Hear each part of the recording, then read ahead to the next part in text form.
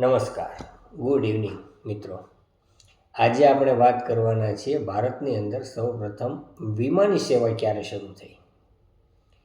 વિમાની સેવા શરૂ થવાનું વર્ષ કયું અને કઈ જગ્યાથી કઈ જગ્યા સુધી વિમાની સેવા શરૂ કરવામાં આવી હતી.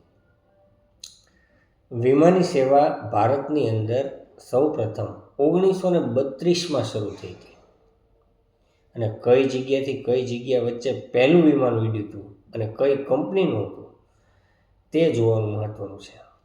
અને હા, સૌથી મહત્ત્વની બાબત કે વિમાન ઉડાડ્યું હતું કોણે પહેલું, એના પાયલોટ કોણ હતા.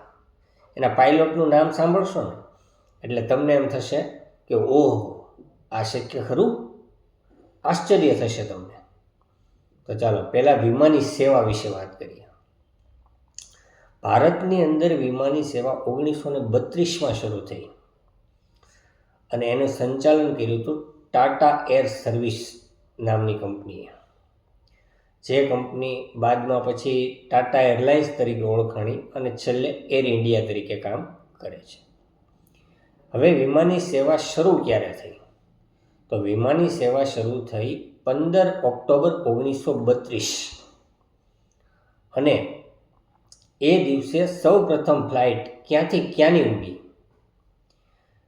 તો જણાવી દઉં તમને કે 15 ઓક્ટોબર 1932ના દિવસે પ્રથમ વિમાન ઉડ્યું ક્યાંથી તો કે કરાચીથી મુંબઈ વચ્ચે. અત્યારે કરાચી પાકિસ્તાનમાં છે, પણ 1932માં એ પૂરા ભારતમાં હિન્દુસ્તાનમાં હતું.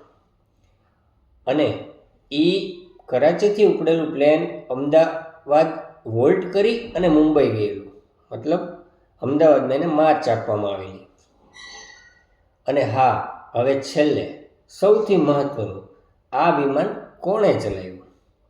તો આ વિમાન ચલાવનાર વ્યક્તિ હતા ખુદ JRD ટાટા. રતન ટાટાના ટાટા એન્ડ ટાટા કંપનીના માલિક